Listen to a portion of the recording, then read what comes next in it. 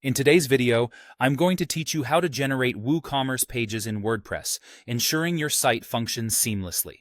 If you're working with WooCommerce, sometimes the setup can be a bit tricky, and occasionally you might find yourself missing some of the crucial pages that WooCommerce relies on to operate smoothly.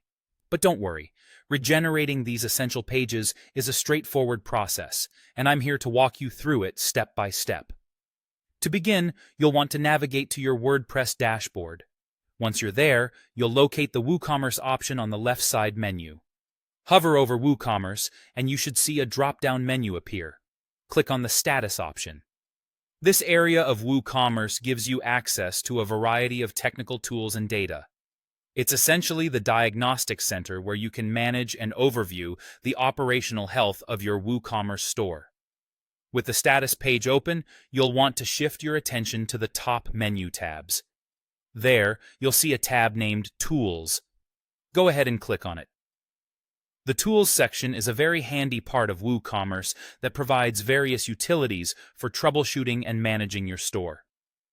Now, scroll down through the available tools until you find the option that says Create Default WooCommerce Pages. This tool is specifically designed to help you regenerate any missing essential WooCommerce pages. These pages typically include the Shop, Cart, Checkout, and My Account pages, each of which plays a vital role in keeping your online store running seamlessly. Once you've located the Create Default WooCommerce Pages option, you'll see a button labeled Create Pages. Go ahead and click on that. By doing so, WooCommerce will automatically regenerate any pages that are missing. The best part about this process is its non-intrusive nature.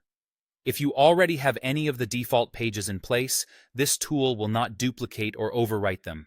Only the missing ones will be created, leaving existing pages intact, so you can rest assured that you won't end up with duplicated or unnecessary pages in your WordPress site.